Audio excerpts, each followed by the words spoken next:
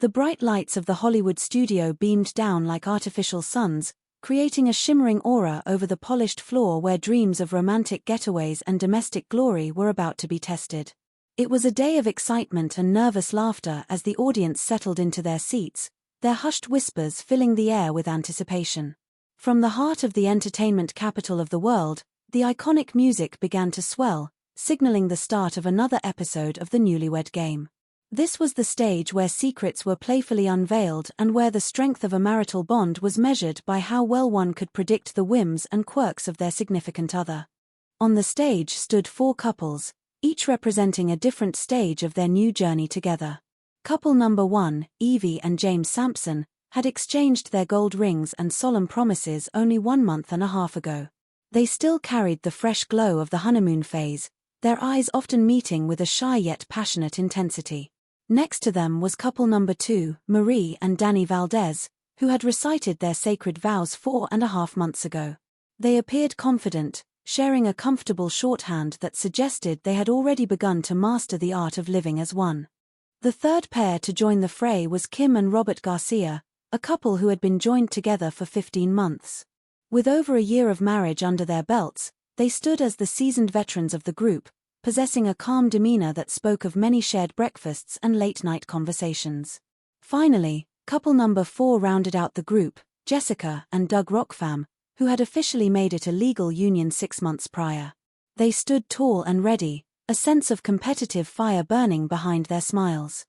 Then, with a flourish and a wave of thunderous applause from the crowd, the star of the show made his grand entrance. Bob Eubanks stepped into the spotlight, radiating the charm and wit that had made him a household name. He thanked the audience with a wide, practiced smile and welcomed everyone to the Newlywed Game.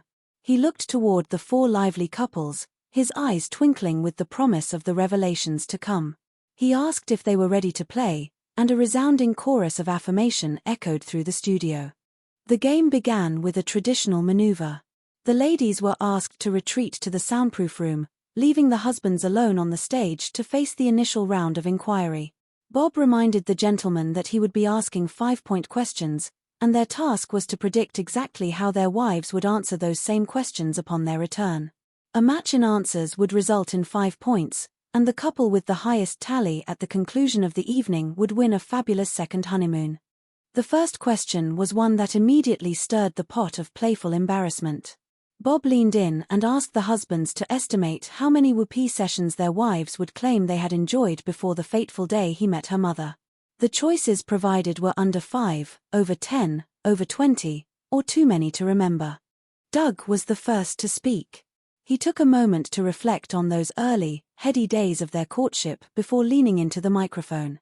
He stated that before he met her mother, he would have to say the number was over 10. When Bob jokingly asked if her mother was aware of this fact, Doug admitted with a grin that she most certainly did not. Robert took a more conservative approach, perhaps hoping to maintain a more modest image for the cameras. He predicted that his wife would say the number was under 5, adding a hopeful comment that he wished that would be her answer. Danny, ever the rascal, didn't hesitate to aim higher. He predicted over 10, earning a playful jab from Bob. Finally, James went for the ultimate claim of romantic endurance, stating that the number was way too many to remember. Bob could only shake his head in amusement as he moved on to the second question of the round. The next inquiry focused on the small, daily frictions of domestic life. Bob asked the men to identify the one thing they kept putting where they wanted it, only for their wives to move it back to where she preferred it. Robert struggled to find an answer at first, eventually settling on the placement of toothbrushes in the bathroom. Danny identified the remote controls as the source of their tug-of-war. James pointed to the house keys and car keys, though he eventually specified house keys as the primary culprit. Doug rounded out the group by naming the mail, claiming it was always being moved to a different place. The final question for the husbands in this segment required them to complete a sentence about their wives. The sentence began with the phrase, "My wife makes the strangest face whenever she does what?" Danny sparked a bit of laughter when he suggested his wife made a strange face whenever she passed gas, though he quickly clarified it did not happen often. James suggested his wife made a peculiar expression whenever she did not quite understand something. Doug believed his wife's strangest face appeared when she was upset or gave him a certain look of disapproval. Robert concluded by saying his wife made her strangest face when she was trying to put her foot down and win an argument.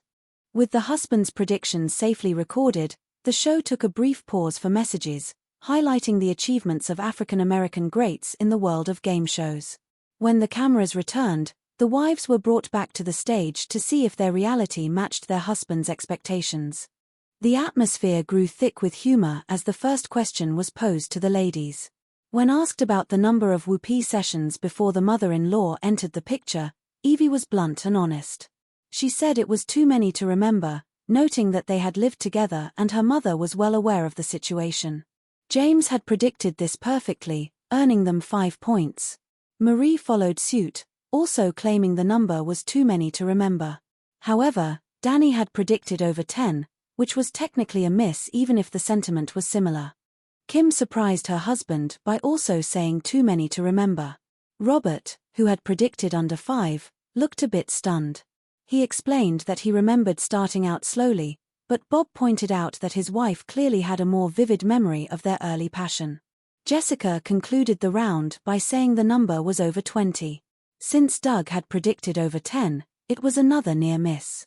She noted that Doug had met her mother very early in the relationship, which perhaps limited the window of time for such activities. Moving to the question of misplaced household items, the results were equally mixed. Marie identified the cordless phone as the object she constantly moved, whereas Danny had guessed the remote controls. Kim named shoes as the item she was always tidying up, while Robert had inexplicably guessed the toothbrush. Jessica pointed to all of Doug's junk and work papers, which was close enough to his guess of mail for the judge to consider. Evie identified the mailbox key as the disappearing item, contradicting James's guess of the house keys.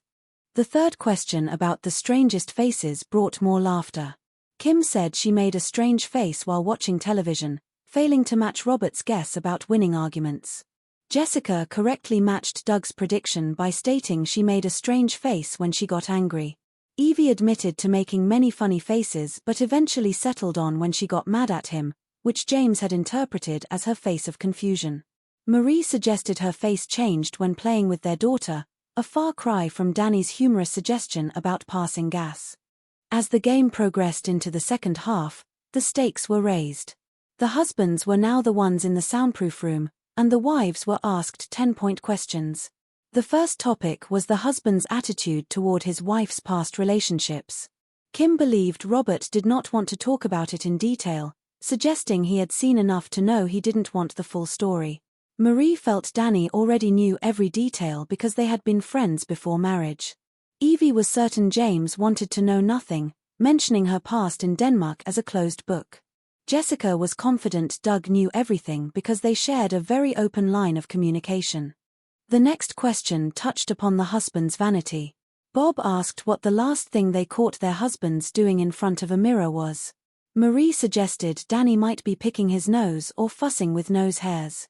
Evie echoed this sentiment, fearing James would be upset if she revealed his nose-picking habits. Jessica and Kim both described their husbands as primpers, constantly checking themselves out and running their hands through their hair to ensure they looked their best. The final 10-point question for the wives involved a hypothetical bet where the husband became a love slave for 24 hours. The question was how long he would actually last. Evie gave James 10 hours. Jessica gave Doug 6. Kim gave Robert 8, and Marie gave Danny 8 hours as well. The segment ended with a 25-point bonus question about the husband's favorite juice flavor. Jessica chose something else, Kim chose apple, and both Marie and Evie chose orange juice. The husbands returned for the final revelation. On the topic of past relationships, Danny and Doug both confirmed they knew every detail, matching their wives' predictions. Robert and James both stated they did not want to talk about it at all, also resulting in successful matches across the board. The mirror question provided a moment of high comedy. Robert admitted to checking himself out, matching Kim's primping answer. Doug also admitted to checking himself out and fixing his hair, matching Jessica. However, James brought the house down by claiming he was caught playing with his guinea pig named Chubby in front of the mirror. This did not match Evie's guess of nose picking. Danny's answer of dancing with his daughter also failed to match Marie's guess about his nose hair obsession. When the love slave question was revisited, the men's egos were on full display. Doug guessed 12 hours, which was double Jessica's prediction. James guessed a humble 3 hours, failing to match the 10 hours his wife had credited him with. Danny guessed 5 hours, while Marie had given him 8. Robert, the most honest man of the night, guessed only 2 hours, much to the amusement of the audience who appreciated his realism over Kim's generous 8-hour estimate. As the show reached its climax, the announcer John Kramer described the grand prize, a 6-night all-inclusive vacation to the beautiful island of Barbados, staying at the Almond Beach resorts. The tension was palpable as the final bonus question about favorite juice flavors was revealed. Danny and Marie were in the hot seat first. Danny correctly guessed orange juice, bringing their total to 35 points. James and Evie followed, and James also correctly identified orange juice, bringing them to 40 points. Robert and Kim were next, and Robert's guess of apple juice was a perfect match, giving them 45 points. Finally, it all came down to Doug and Jessica. Doug needed to match his wife's answer of something else to win. With the trip to Barbados on the line, Doug confidently stated something else. The studio erupted in cheers as Doug and Jessica Rockfam were declared the grand prize winners with a total of 50 points. They embraced, their faces beaming with the prospect of their upcoming romantic getaway.